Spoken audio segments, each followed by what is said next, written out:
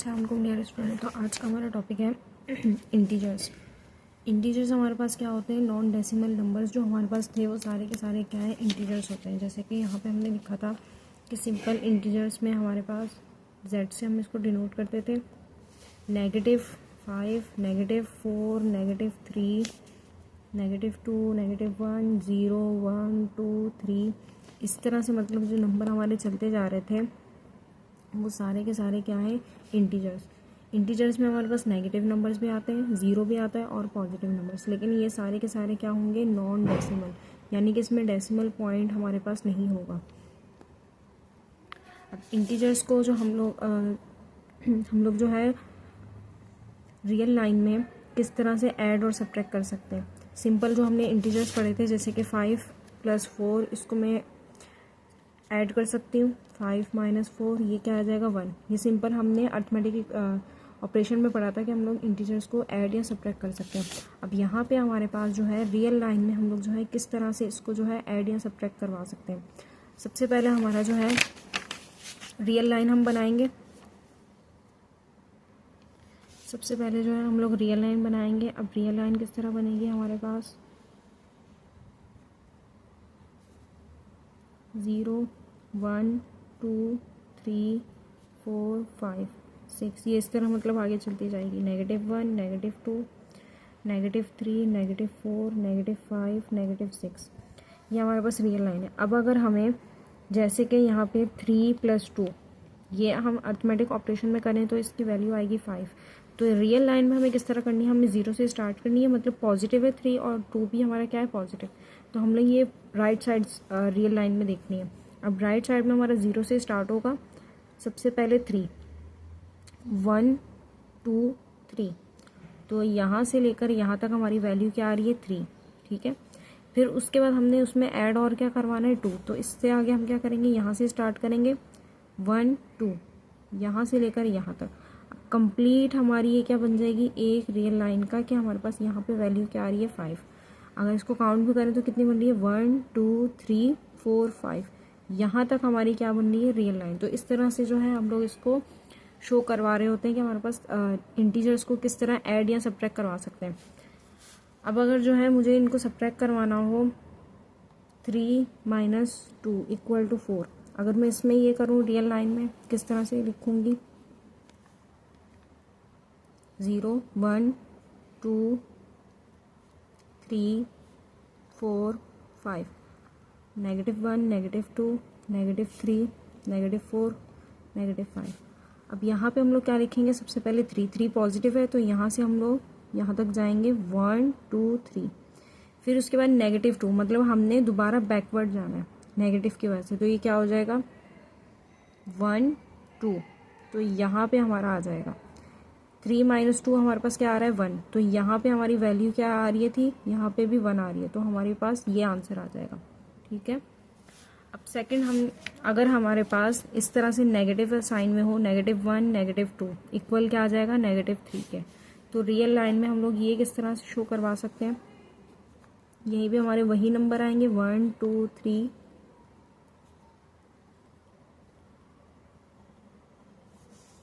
ये -5। अब यहाँ पे हम लोग सबसे पहले नेगेटिव साइन को देखेंगे, तो हमने किस तरफ जाना है? लेफ्ट साइड वाले नंबर्स को देखना है। तो लेफ्ट साइड पे हमारा -1 कहाँ आ रहा है? यहाँ से लेके यहाँ तक 1 एक जंप करवाना है। तो फिर उसके बाद हमारा -2 क्या आ जाएगा? यहाँ से -1, 2, तो ये हमारी दूसरी लाइन आ गई। अब इसको कंप्लीट देखें तो हमारे पास यहाँ पे आंसर क्या आ रहा था? -3, और यहाँ पे भी हमारा आंसर क्या आ रहा है? -3। तो इस तरह से जो है हम लोग इंटीजर्स को रियल लाइन में एडिंग या सब्ट्रैक्टिंग हम जो है एडिशन और सब्ट्रैक्शन इसका करवा सकते हैं। अब यहाँ पे एक पॉइंट लिखा हुआ है, positive number plus positive number, मतलब हम 2 पॉजिटिव नंबर को ऐड करवाएंगे तो उसका आंसर भी क्या आएगा? हमारे पास पॉजिटिव।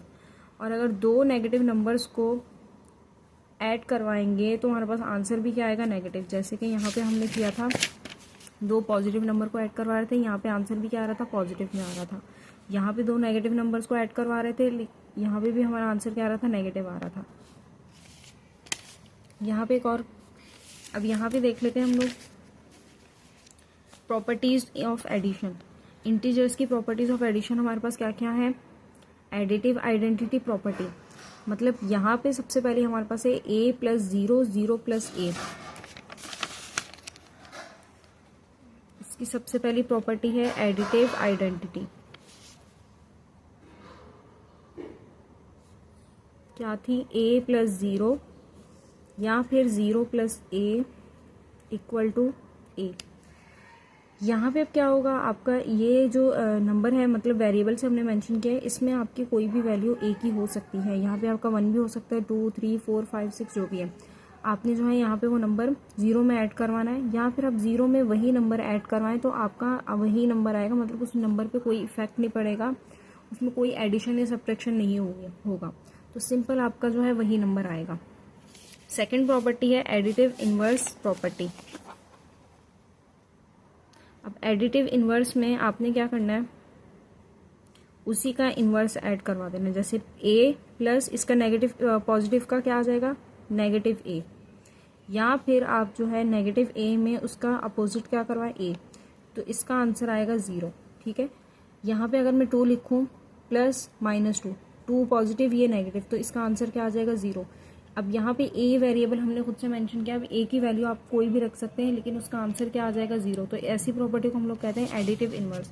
थर्ड प्रॉपर्टी हमारे पास क्या है? Associative property. एसोसिएटिव प्रॉपर्टी हमारे पास क्या होती है? 2 रियल नंबर आप ले, मतलब इंटीजर्स, फिर उसमें थर्ड वन ऐड करवा दें, तीसरा इंटीजर ऐड करवा दें, या फिर आप फर्स्ट इंटीजर को ऐसे ही रहने दें, उसमें सेकेंड और थर्ड पहले ऐड करवाएं, फिर उसमें फर्स्ट ऐड करवा दें। किस तरह होगी इसकी property? a plus B plus C. Property आपकी क्या है? a plus B plus C equal to a plus B plus C. अब यहाँ पे a की वैल्यू अगर हम खुद से लिख लें 1, b की वैल्यू 2, c की वैल्यू 3, तो यहाँ पे क्या होगा? 1 प्लस 2 प्लस 3, 1 प्लस 2 प्लस 3, तो यहाँ पे हमारी वैल्यू क्या आ जाएगी? 1 प्लस 2 3 प्लस यहाँ पे क्या आ जाएगा? 3। इस तरफ हमारी राइट साइड पे क्या होगा? 1, 2 प्लस 3 हमारा क्या होगा? 5, 3 प्लस 3 हमारा क्या आ रहा है? 6, और यहाँ पे भी 5 प्लस 1 6। दोनों प्रॉपर्टी क्या है?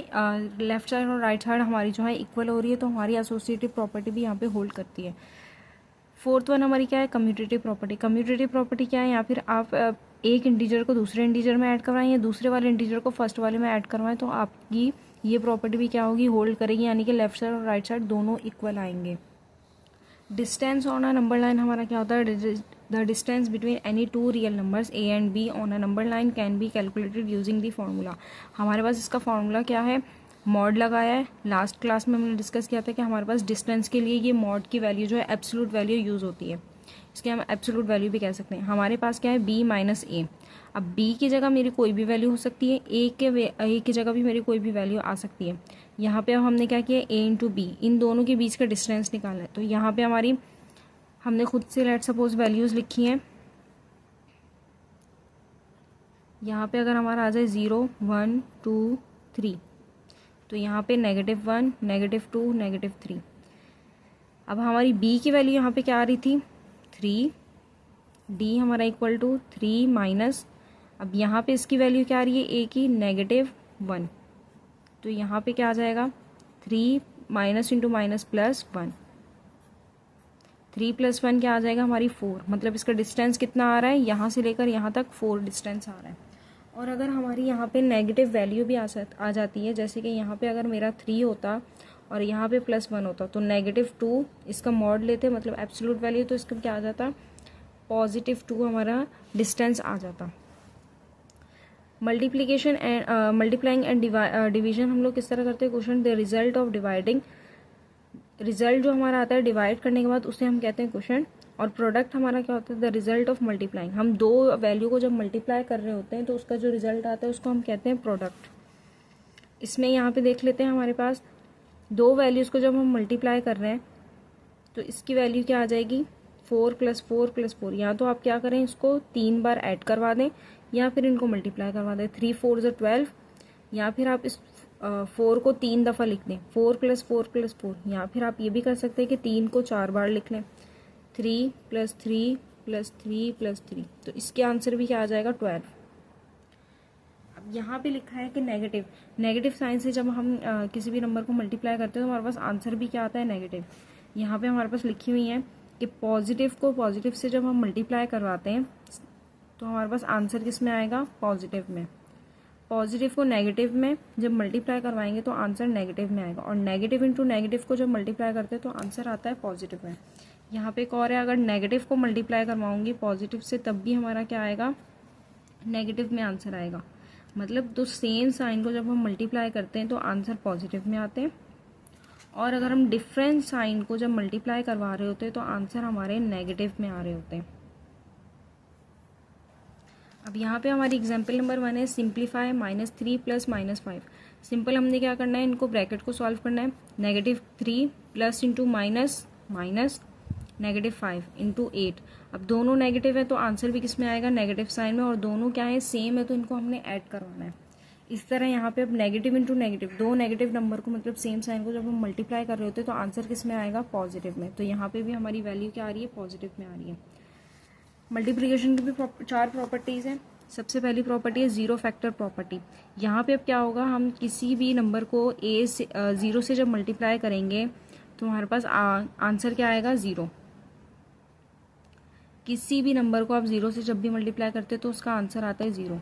सेकंड हमारी प्रॉपर्टी मल्टीप्लिकेटिव आइडेंटिटी प्रॉपर्टी। अब इसमें क्या है, एडिटिव आइडेंटिटी प्रॉपर्टी जैसे हमने की थी वहाँ पे a + 0 या 0 + a, तो उस नंबर पे कोई इफेक्ट नहीं पड़ रहा था। तो इसी तरह यहाँ पे भी क्या होगा, 1 से कोई भी नंबर मल्टीप्लाई करवाएंगे तो हमारे पास वही नंबर आएगा, मतलब उस नंबर पे कोई इफेक्ट नहीं पड़ेगा। यहाँ पे अगर मैं लिखूँ 2 मल्टीप्लाई बाय 1, 2 1 = 2, तो हमारा आंसर जो है 2 ही आएगा, मतलब उस नंबर पे फ़र्क नहीं पड़ेगा।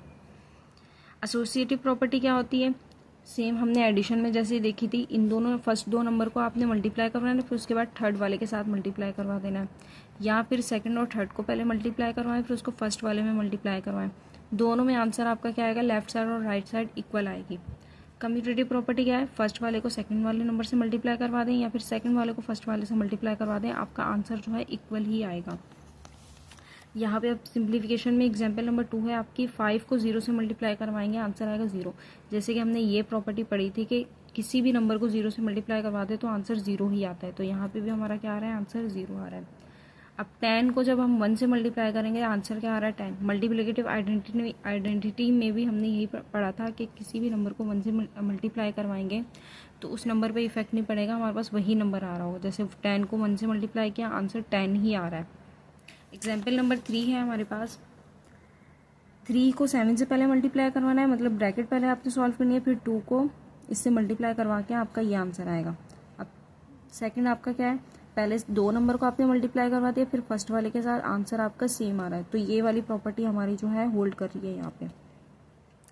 एग्जाम्पल नंबर 4 हमारी क्या है, सिंप्लीफाई हमने करना है। सबसे पहले आपने क्या करना है, इन ब्रैकेट्स को पहले फर्स्ट को इस ब्रैकेट से मल्टीप्लाई करना है, फिर इससे मल्टीप्लाई करना है या फिर इससे, मर्जी है आपकी। यहाँ तो आप इन दोनों ब्रैकेट्स को पहले मल्टीप्लाई करें, ब्रैकेट्स को, फिर इससे मल्टीप्लाई करें, आंसर आपका यही आएगा। जैसे 5 1 = 5, 5 2 = 10, तो negative into negative positive, positive into negative negative आएगा, तो नेगेटिव को पॉजिटिव से मल्टीप्लाई करवाएं तो नेगेटिव साइन है, मतलब जो डिफरेंट साइन को आपने मल्टीप्लाई करवाया तो आपका आंसर नेगेटिव में ही आ रहा है। एग्जाम्पल नंबर 5 देख लेते हैं। एग्जाम्पल नंबर 5 है हमारे पास, यहाँ पे अब हमारे पास 2 कंडीशन दी हैं कि एक आपका इनकरेक्ट है आंसर और एक है आपका करेक्ट आंसर। यहाँ पे इनकरेक्ट हमारा क्या हो रहा है, हमने पहले क्या किया, इनको मल्टीप्लाई करवाया, फिर उसके बाद क्या किया, इनको डिवाइड करवा के आंसर इसका 1 आ रहा है। लेकिन करेक्ट में क्या है, हमने पहले डिवीजन करना है इन दोनों को, फिर उसके बाद जो है हमने इससे क्या करना है, मल्टीप्लाई करना है। मतलब सबसे पहले डिमास रूल के मुताबिक हमने क्या करना था, सबसे पहले डिवाइड करना है, डिवाइड करने के बाद जो है हमने इसको इससे सॉल्व करवाना है, सॉल्व करने के बाद हमारा आंसर क्या आ रहा है, 25। तो ये हमारा क्या है, करेक्ट मेथड है। एग्जाम्पल नंबर 6 भी इसी तरह होगी। सबसे पहले क्या करना है, आपको इन दोनों को मल्टीप्लाई करवा देना है, ये इससे मल्टीप्लाई हो रहा था, फिर इस वैल्यू को इससे क्या करना है, डिवाइड करना है। डिवाइड करने के बाद आपकी वैल्यू क्या आ रही है, 9। 2 को 18 से जब डिवाइड करवाएंगे तो 9 आएगा, फिर उसके बाद आपने 3 से मल्टीप्लाई करना है, आपका आंसर क्या आ रहा है, 27। सिंप्लीफाई आपका ये वाला आंसर भी इसी तरह होगा, ये आपने खुद से प्रैक्टिस करनी है, सॉल्व करना है। डिवीजन में हमारा क्या होता है, डिवाइडेंट हमारा क्या होता है, the numerator of a quotient. जो क्वोशंट का हमारा न्यूमरेटर होता है उसको हम कहते हैं डिवाइडेंट, और डिवाइजर हमारा क्या होता है, the denominator of a quotient. मतलब हमारे पास जो डिनोमिनेटर होता है क्वोशंट का उसे हम कहते हैं डिवाइजर। यहाँ पे एक कंडीशन लिखी है, एक प्रॉपर्टी है कि हम जीरो को जीरो से डिवाइड करते हैं तो हमारे पास आंसर इनडिटर्मिनेंट फॉर्म में आ रहा होता है, मतलब इसका कोई आंसर नहीं होता जीरो को जब जीरो से डिवाइड करेंगे। इसके अलावा एक और भी कंडीशन है, अगर आप किसी भी नंबर को जीरो से डिवाइड करेंगे तो वो आपका आंसर आ जाएगा इन्फिनिटी या फिर अनडिफाइंड। तो एक कंडीशन आपकी ये भी है, जीरो से जीरो डिवाइड होगा तो इनडिटर्मिनेंट फॉर्म आएगी, मतलब वो डिवाइड नहीं होगा। अगर आप वन को जीरो से डिवाइड करेंगे तो आंसर आपका इन्फिनिटी में आएगा, यानी कि अनडिफाइंड कंडीशन आएगी, वो डिवाइड नहीं होगा। अगर आप लोग जो है कैलकुलेटर में भी सॉल्व करें तो उसका आंसर आएगा मैप एरर। तो आज का हमारा टॉपिक था इंटीजर्स, जिसपे हमने प्रॉपर्टीज़ पढ़ी, इंटीजर्स को पढ़ा, एडिशन एंड सब्ट्रैक्शन पढ़ी, मल्टीप्लिकेशन एंड डिवीजन पढ़ी कि हम लोग किस तरह से जो है अर्थमेटिक ऑपरेशन इंटीजर्स पे अप्लाई कर सकते हैं।